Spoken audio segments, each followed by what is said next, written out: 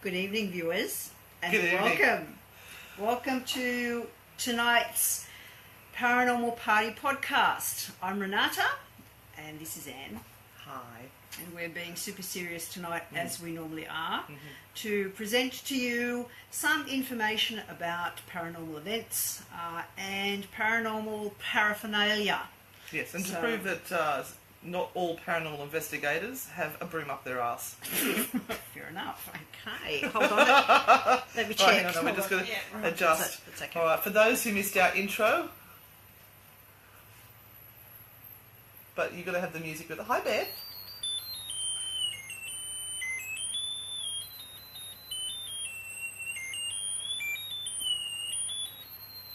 Oh, enough. Oh, love it. God, enough. Just would like to put in a little bit of a promo there. You can buy those beautiful units from Wish. Like the K2 meters that are on there. Oh, and don't buy the crystals from Wish either, because they're not real crystals, they're just glass. Yeah. So I'm just saying, all right, just warning you. We're going to get a lawsuit.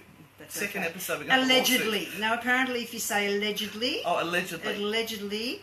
They're shit. Allegedly, Okay. This is shit. Right, Okay. so if you say allegedly, it's fine. Smells like shit.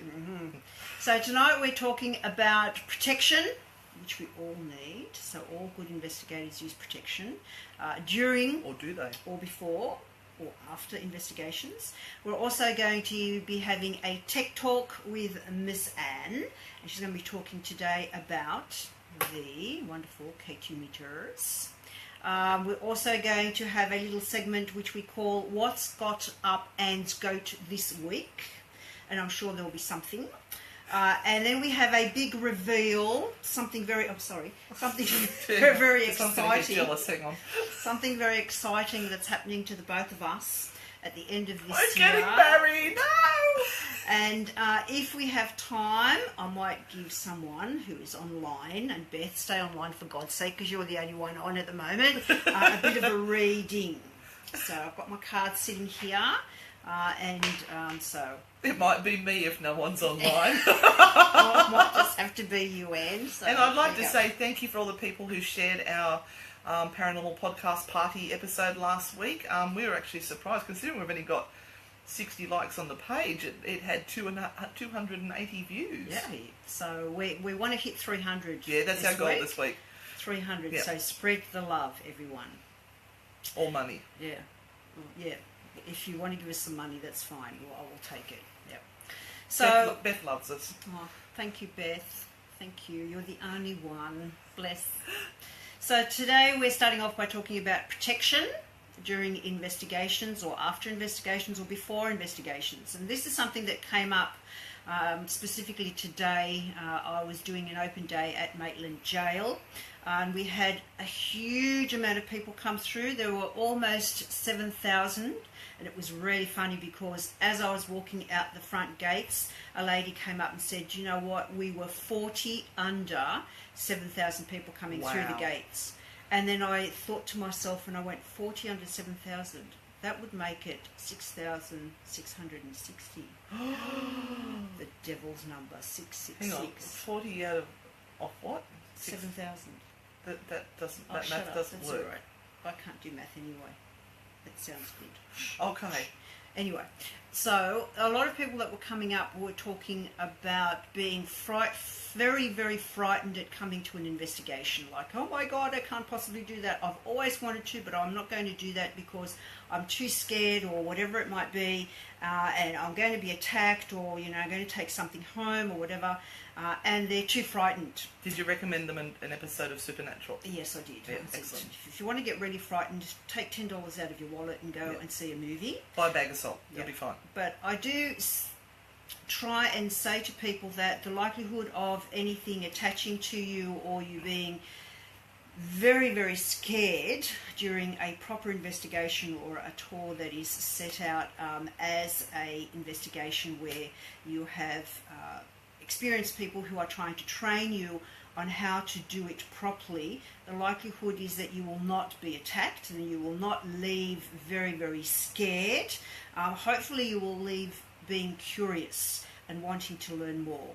And that's when we know, as people who are leading investigations, or any sort of tour group leader, that they've done their job properly, that they're looking after their clientele, that the clientele has an opportunity to debrief or to tell them what is happening, and that we are in control at all times. But it's still really, really hard to bring that across to people in a very short discussion. And so what type of things would you use if you were considering having some sort of protection prior to going on an investigation? Because people ask this all the time. Should I protect myself, and what should I do? For experienced ghost hunters, in most cases they use actually very little protection, because the idea is that we want to connect with spirit or the ghosts that are there. Well, I know I want the experience. And the likelihood is that the more protection you lay on, the more of a barrier or a boundary you're actually creating. So there is this balance that you have to create. Where You use amulets, Beth, do you? Yep. What sort of amulets do you use, Beth? I know when I started out, while Beth's responding, hi Susan. Hi, Susan. When I started off, I used to have rosary beads. I used to get my lanyard that my keys were on, and I would take it down to the local church and soak it in holy water, which is really funny for where my spiritual beliefs are at the moment. I would have a spray bottle, which is still around here somewhere, actually. It's over there in front of the computer, which I called Ghost Off, and I'd do an investigation, and I would spray it all over me afterwards to make sure the ghosts were gone, every nook and cranny. So what did Beth say there? No, you don't, but you've heard of others. Yes. Yes. Yeah. Certainly amulets, or certainly little medallions that have some sort of a religious significance. People do use rosary beads. People do use special holy water. A lot of people say prayers beforehand. Sometimes you ever see that on the TV shows. Yeah, they all get together and have Paranormal group prayer. Cops or something. They'd have group hugs and prayers together. Yeah. But if you were a pagan and they were all going around doing prayers, that's going to do nothing for you, because that's not your belief. And that's something that needs to be explored if you're working in a group as well, because Alex. you may well have people in your group that have different religious beliefs. And you may have a Jewish person, you may have an Indigenous person, you may have a person with absolutely no religious connection at all. And so the idea really is to look at all of those people individually and say, what do you want to do? Do we do something as a group? Do you want to do your own thing before you start? Is there a necessity for it? And also to find out from a psychological point of view where that necessity to put on all of this protection comes from. Is it something that they've learnt by going on to other tours or doing tours with other people? Is it something that they feel that they need because it is, again, defining their religious beliefs? Or is it something that they've learnt because they've watched TV and someone has done it on TV? Yeah. So the idea with all of this protection is that it boils down to belief. Alex Cayas, don't go away. I'm going to get you on in a second to talk about Paracon, if that's okay. Hello, Mr. Lord Arik. How are you? So if you go ahead and do all your protection, but really, deep down, you're still going to feel that the next thing that comes into the room is going to attack you or attach itself to you, all those protections aren't going to mean anything. So it is all about your belief system and how you believe in what you're actually bringing in for yourself. So if prayer is a big thing for you, if you've been brought up with prayer, hold on, I'm making myself beautiful, then use prayer by all means. None of these techniques are bad, but you have to believe that they're actually working for you for them to have any power at all. I remember reading a book where they said that it's your belief in... I mean, I could pick up, I don't know, a pencil and say, this is my protection, because I believe this pencil will protect me. And if you solidly believe that, you will have a solid barrier or protection around you. But as soon as you start to doubt the power of that pencil, you are going to get cracks in your shield. It's gone. Especially if someone in the background's going, "Oh my God, there's a demon in the room." Everybody poos themselves, and that's the end of the story. So there has to be someone there specifically within the investigation that is the gatekeeper, the strong one, the one that is in control, and the one that is experienced enough when all things fail and everyone's sort of falling apart into 1,000 pieces, that they can be there completely solid and strong and hold the team together or hold the group together. The same thing, I guess, goes with saging and using sage or any sort of a smoking ceremony or ritual before or after. Of course, smoking rituals have been used for centuries, and each pagan society has its own form of smoking ritual. We've taken that on board now because it has so much significance and has over many years had such a strong significance. So we still use it, and in most cases people often ask, and did today of course, I want to buy some sage, I need to clear myself or clear the house or whatever it might be. Once again, sage and all that sort of stuff will work to a point, but it's about your intent while you're using it, and while you're setting up that ritual, while you're saying your prayer, to whether the depth and breadth of the whole ritual is going to have an impact on how you feel about what's going on. So the safer you feel, the more you put energy into that belief and that type of protection you're going to use. Come back here. I found someone who talks more than me. It's fantastic. So I guess the thing about it is that we as professional investigators, we're or semi-professional, probably try to use as little protection as possible, so that we have that sense of really connecting to whatever it is out there, whether it be good or not so good, or the energy is a little bit darker or whatever, because we really want to experience the whole vista of what is there. I guess the more we try and protect ourselves, the more we're once again creating that block and boundary. So just be careful with how much you use and your intent behind it. And that's really all I have to say about that. I did a talk for Access Paranormal on protection. One of the other things that you need to consider with protection is your actual physical being at the location. Is it safe to be there? I know, right? Oh, look, see, Beth's giving me a thumbs up. She understands. Good. Yeah. Do you have permission to be there? Because it won't be the ghost is chasing you, it'll be a policeman. Yeah. So please, always, if you do have permission, go in the daylight and check out the location and make sure that there are no cracks in the what do you call it? Floorboards. Words are hard for me at the moment. I did Q Station last night. I got to bed at 3:45, got up, drove to Maitland Jail, and then have been hanging out with her in the 40-degree heat up there, and I've had hardly any sleep, so words are very hard, and coffee is my friend.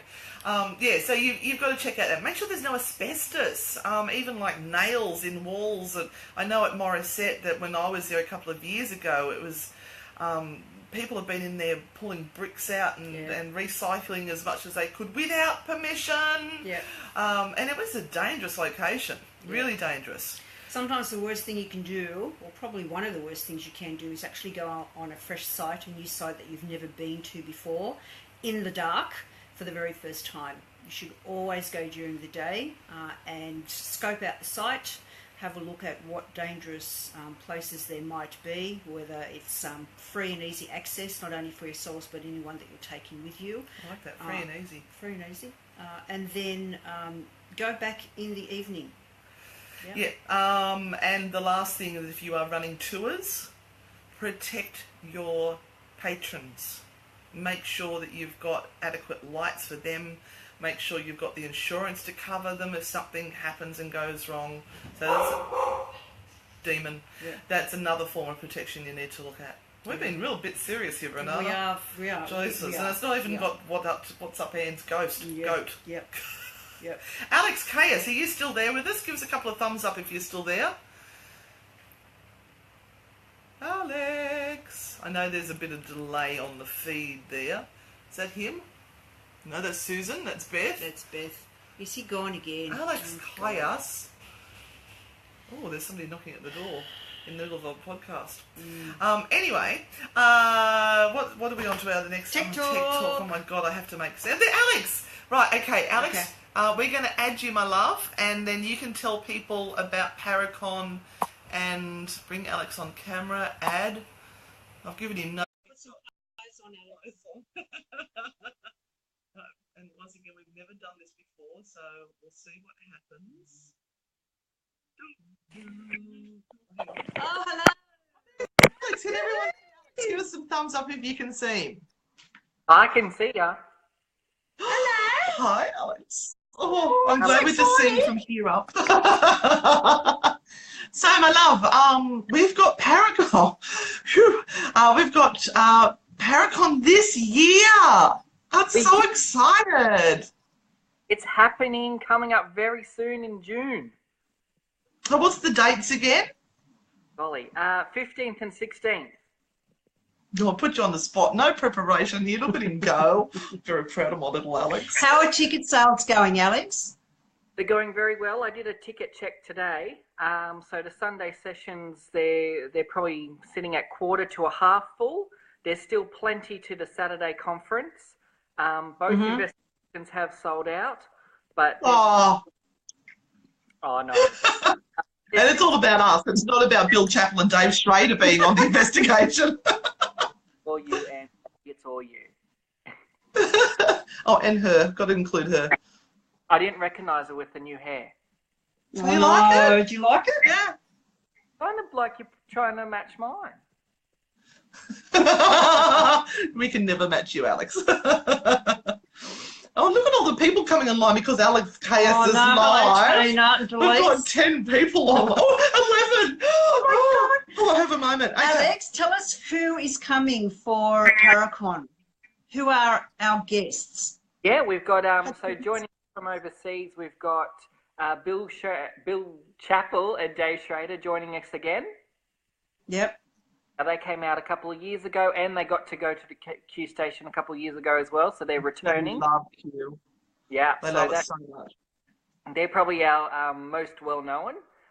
Next, of course, is the lovely Karen Rontowski, who everyone fell in love with in 2016. Oh, she's so funny. Yeah. Even if she is a vegan. She's actually the whole weekend, so there'll be plenty of laughs in amongst all the seriousness, don't you worry. Yeah. And then we've got some more people joining us from overseas. We've got some Aussies joining us for talks as well. Oh, do you now? Who would they be? Oh, God, here we go. Well, the lady Anne Rekovich. Oh, look at that. Not that I'm on the speaker's list yet, but that's okay. Get to really decide what you're talking about. So. Yeah, this is a problem, isn't it? Because we've split up the weekend so much, there's so many different speakers, and you can literally come along to something that just interests you or come and do the whole thing. So we've got a bit of crypto stuff, a bit of mediumship and astral projection, ghost hunting, everything. True crime night as well, so there's lots going on. Yeah, true crime's really, that's cool. Now, wouldn't it be hilarious if we all astral projected at the very same time? Just float all over Q Station in Sydney. Just That's good, yeah. I mean, if we're going to, let's go somewhere a little bit further that we don't have to pay for. Good idea. Thank you, Deletes. We try. We don't want to be serious about what we're doing. Yeah, so, and there's a really interesting talk, I think, on the Sunday that they're doing about the ghost hunting. Yep, so there's the Ghost Hunters Forum on Sunday. Yes. And so that's Dan McMath, Sarah from Living Life in Full Spectrum, and Dave Schrader. So it'll be just an afternoon dedicated to just ghost hunting stuff. So theory, methods, and different ideas around that. Excellent. And it's a good place for all the paranormal people to get together and network. And I mean, we've made so many friends through Paracon. And yeah, so thank you, Alex. Is there anything else you want to tell people? Well, I'll just add that, obviously there's all the talks and stuff, but yes, as you said, there's opening night drinks and parties and things. So there's definitely, that room to really get together and meet new friends and catch up with old ones as well. Yeah, and if you get the opportunity, stay at Q because it is beautiful. Definitely. And the accommodation is stunning. Definitely. I've got my room booked. Unlike me, who's sleeping in the bunk beds in the most haunted place at Q. Yeah. Tell us the next day. Hey? Have plenty to tell us the next day. Hopefully, yes. Maybe some operation scars and things like that. All right, well, thank you, Mr. Alex. We're going to play you out with some music. Oh, my God. Thank you, ladies. So embarrassing. So cheap. Bye. Bye. All right, bye, Alex. Oh, I can't turn it off now. No, we can't turn Alex off. How do we get rid of Alex? Yes.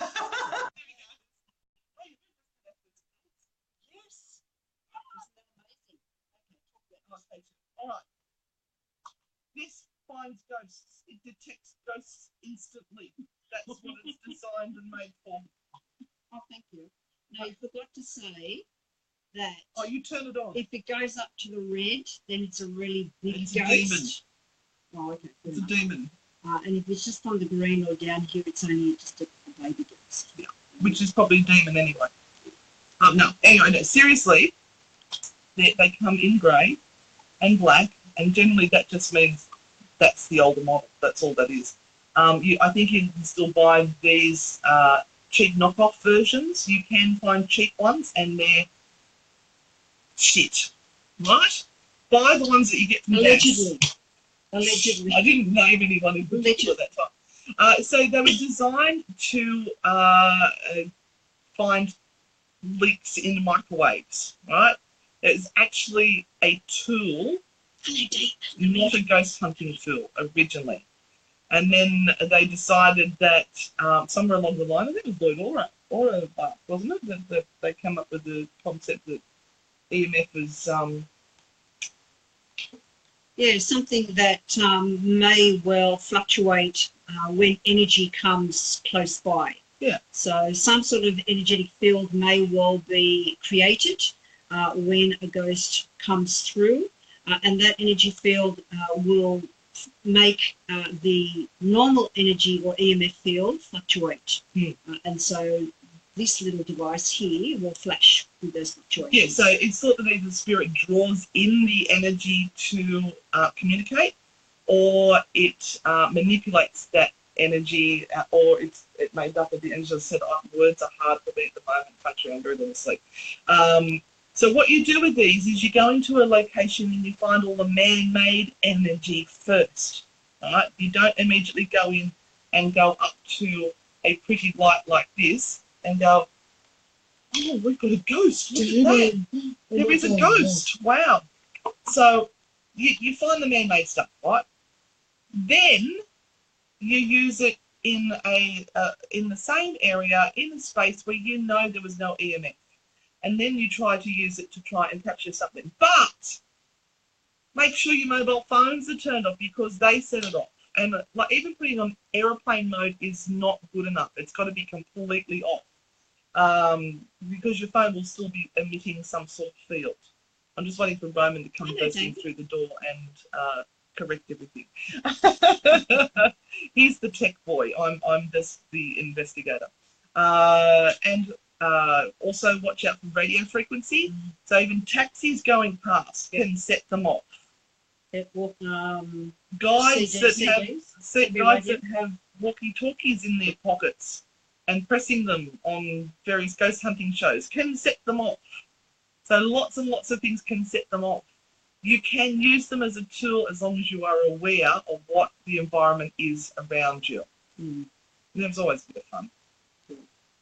And usually the K2 meter is the first device that you're introduced to when you go and do investigations. So it's not a bad thing. Yeah. It can get you onto that trail of wanting to be a bit of a tech head when we go out and do investigations, and that's cool. That's pretty cool. People sort of go in a level. Yeah. Like I started off with a ghost meter.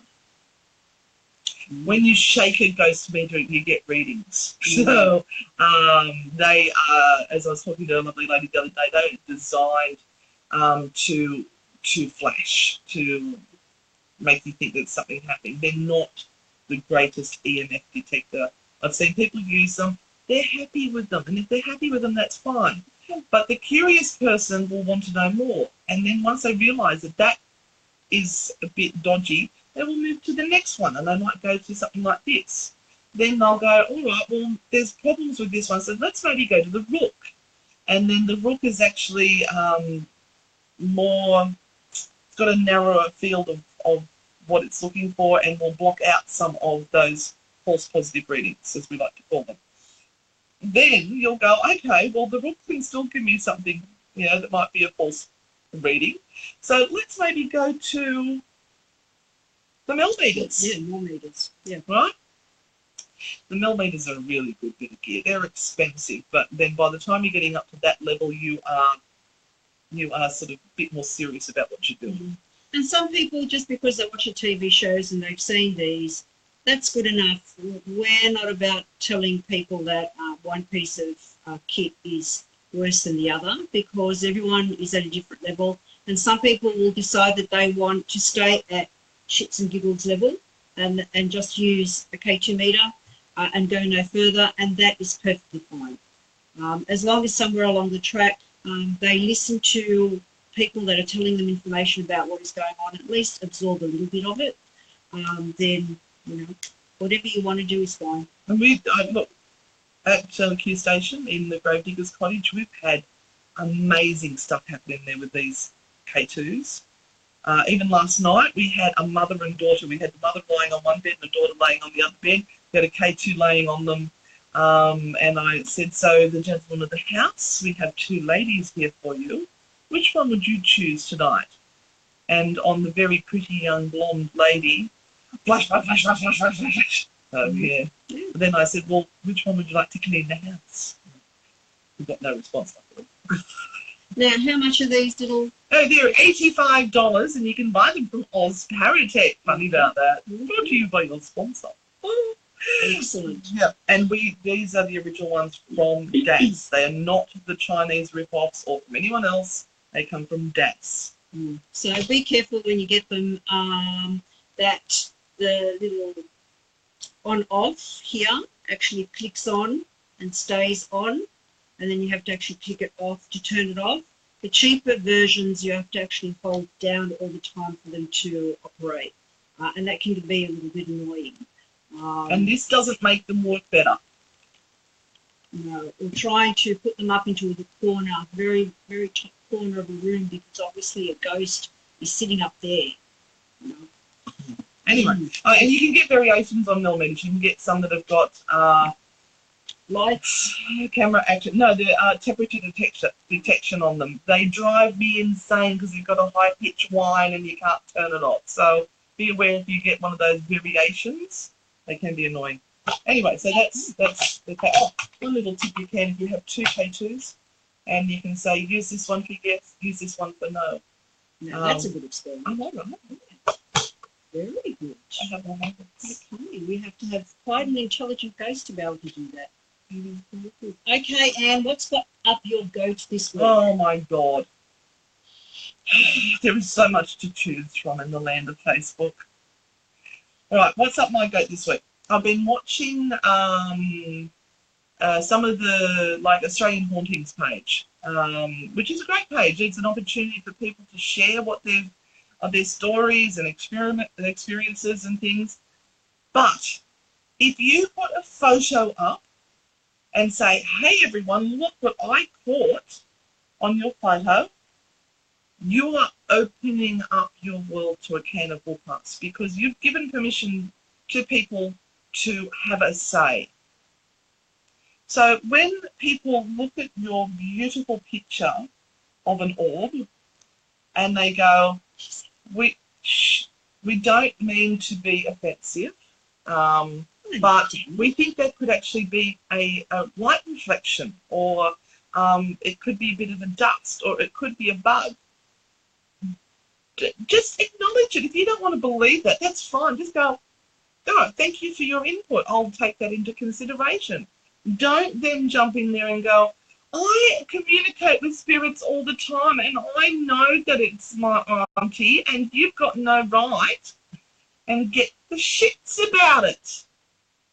You put your photo up online, you are asking for opinion. You will get opinions. Now, also, for those ghost hunters out there who know that it's not the dead Auntie Flo who's come to visit them, be gentle. Gentle. Be gentle. We all start off. I started off believing in orbs were ghosts. I have a video out there somewhere on YouTube of a collection of photos from Q Station on my very first tour, probably 10 years ago, of orbs going, wow, look at all the ghosts I caught at Q Station. So that's where I started. Yeah. And then I started to learn. Someone was gentle with me. So give your opinion back. Say, look, I don't mean to be rude. I think this could be dust or something like that. And then walk away. You don't have to be right. Yeah. You've given your opinion. Right? So be kind to each other. That's as simple as that. Yeah, we've seen these things flare up to a point where it's a really awful discussion and people are starting to use really terrible language towards each other, and there's really no point. There's no learning in that. So either say, yes, that's really nice, or ask a question instead of giving your opinion about what's being shown. Ask a question and go, what made you take the photo? Or what are you seeing in this, or whatever. And that might actually lead the discussion in another direction. But you use this learning tool not as a chance to attack someone. And that goes both sides of the fences. Be kind. So that was up my goat. Yeah. Ghost goat. The ghost goat. What's up, Anne's ghost goat this week? All right. Time for the big reveal. Buddha! Exciting happening at the end of the year. Renata and I are going on a trip. Yes. You going to say it? Just that word. Yes. Okay. Ready? 1, 2, 3. Romania! So we are going to Transylvania with Dave Schrader and a bunch of crazy Americans who are just as nutty as us. And we are going to be doing a 9-night trip following Vlad the Impaler, who's also Count Dracula, and going to the castles, and we're doing investigations and... It's a haunted forest in there. Oh, yes, we're going to the what's the name of that forest? Poyabachu or something. Poyabachu forest, which has got that clearing in the middle of it and mysterious lights and we'll learn all about Vlad the Impaler and eat lots of meat on a stick. Yeah, and we'll do a podcast from there as well. Oh, I hope so. We've got to work out how to work our phones in Romania. So that's going to be in September. But in 3 and a bit weeks' time, we're going to Norfolk Island. We'll be in Norfolk Island. We'll definitely do a podcast from over there. Yeah. I know these aren't podcasts, but we're simple souls. Yeah. We're very simple souls. As close to a podcast as we're coming right now. So yeah. All right. So we have got several people online here. And we're going to do a reading for someone. Does anyone want a reading? Does anyone have a question for me? Does anyone have a question of the magic cards? I've got them here. While she's shuffling, they may be small, but they're very, very powerful. So I'm a powerful reader. Any questions? Any questions? Come on, anyone? Mel, Charmaine, Andrew, quick, hurry. I'm getting older. We're down to 7 people. Life come on, life is fleeting. No one want a question. Come on, Andrew. I told you it might be end up me. You have to do the reading for. Will I be doing any overseas travel this year? Let me think. Hold on. I see a place that starts with Russia, Romania. I just got it. Romania. Okay, I'm going to pick someone. Mel, for you. This is for you, my love. I'm going to get a card. Oh, is there any spirit? Is there anyone around me in spirit? Okay. Thanks, Mel, you've saved us. We were getting a little worried there. We thought nobody loved us. Right, okay. Here's your card. Well, that's a good idea, Susan.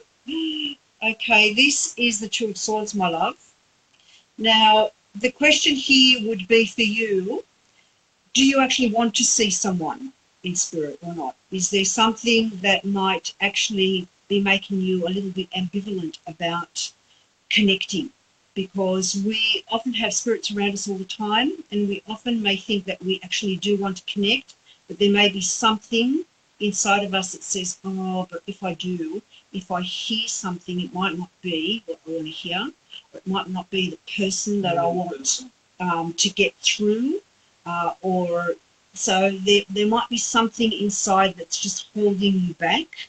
So I dare say that if you're wanting to know if there is someone around you, step forward and step into that process by actually asking who it is that you want to make a connection with you, and either come through and give you some sort of sign, or come through in your dreams, and that will be the first step into making that connection.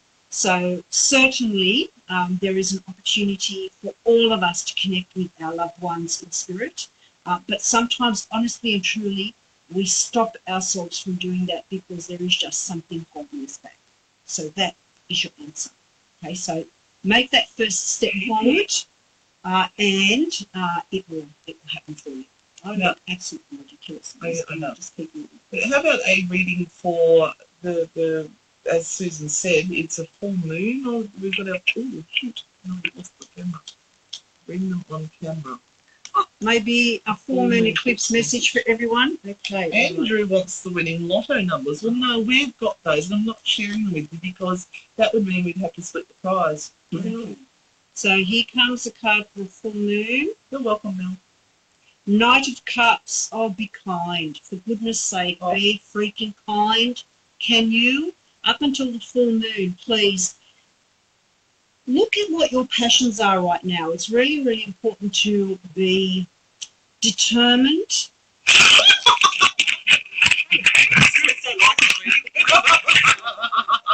To be determined to follow what it is that you really want to have happen for yourself in 2018. So use this full moon to create some sort of a ritual for yourself, whether it be grab a candle, sit down, look into the candle for a minute or so, do some woo-woo stuff, I don't know, go out into a meadow and run through it. Hug a tree, do whatever it is. But while you are doing that, think this is the change that I want to make in my life right now. This is the path that I want to follow. Once again, ask the universe for some signs. Let the universe guide you in this. The supermoon and the energies that are around now are absolutely gobsmackingly awfully strong, and so it is an opportunity for you to put that energy out there and actually say, this is what I really need or want right now, show me.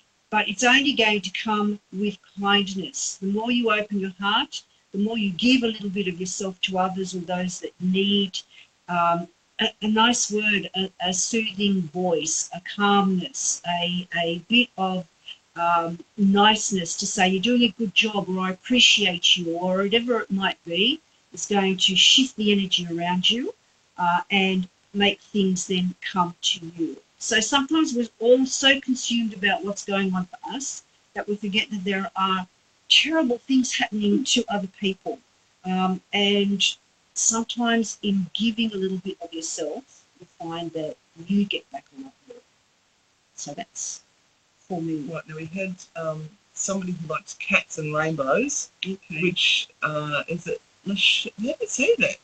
L-X-C-H-E-L. Michelle? I love cats and rainbows. If you were giving little readings, I'd love one, no pressure. Under pressure. Yeah. I'm going to give you a one card. Okay. Well, we want quick ones on. We're going to do 2 more. All right. Okay, you are overburdened. You have picked up too many things that you're trying to do, not only for yourself but for everyone else. So you're caring for everyone. Also, often it's a card that says you've got your head in the sand. So it's like one of those cards that says, I'm working, and I'm so busy with everything that I really don't have any time to care about myself or to think about my own problems and issues. Now, once you get to that point, you're actually hiding from taking on board the responsibility to take care of yourself and to step forward and create change in your life. So the problem is, get your head out of the sand, do what you're required to do for yourself first and foremost, and stop fixing everybody else's problems, because you're the most important one. You need to fix and sort out yourself first. And if that means taking yourself away from other people for a little while and just concentrating on you, then my sweetheart, that's what you need to do right now. Okay? And as the professional readers on TV says, love and blessings for you, darling. Love and light. And one for Charmaine. Well, this year, this is another quick year, I'd just like to say, I've got protection. I've got my bag of salt. I'm ready. Okay, so will this year be successful for me? Ace of Cups! Oh my God! This is really good! We're coming back to Tassie! Oh my God, get ready, girl! Ace of Cups. Aces are all about new beginnings. So if you want to do, funny about that, huh? if you want to start something new, if you want to give up the old crap and do something for yourself once again and go, oh, stuff all of that. I'm turning a corner. I'm turning a new leaf. It is all there for you, my love. Once again, do it with love. Do it with love. Have people around you that love you, that want to be around you. Those people, have them close by. All the other shitheads, tell them to drop off the planet. Okay? They don't need to be around you at all. Piss them off. It's going to be a good year. That's I like that. So that means you're getting me come down to this together. You're naked! All right, so that's enough. God. That's enough of our seriousness. We have been on for 45 minutes. So thank you, everyone. Bye, Deb. You've come in. Oh, you like me here. Thank you very much. So once again, gorgeous people, we thank you so very, very much for being with us tonight. This will go up on our Facebook pages. So if anybody wants any further questions or ask us anything about any of this rubbish that we've talked about tonight, by all means, and pass this podcast around. Let it go viral, people. To at least 300 this week. That's what we're hoping for, 300 views. 300 views. Yep. And we'll probably see you back next week, if you can stand it. When are we going to be on next week? I don't know. Friday, maybe? Maybe. Well, look at our diaries. Keep an eye on the page, and we will let you know. In the meantime, pop over to Newcastle Ghost Tours, thumbs up. Oz Paratech, thumbs up.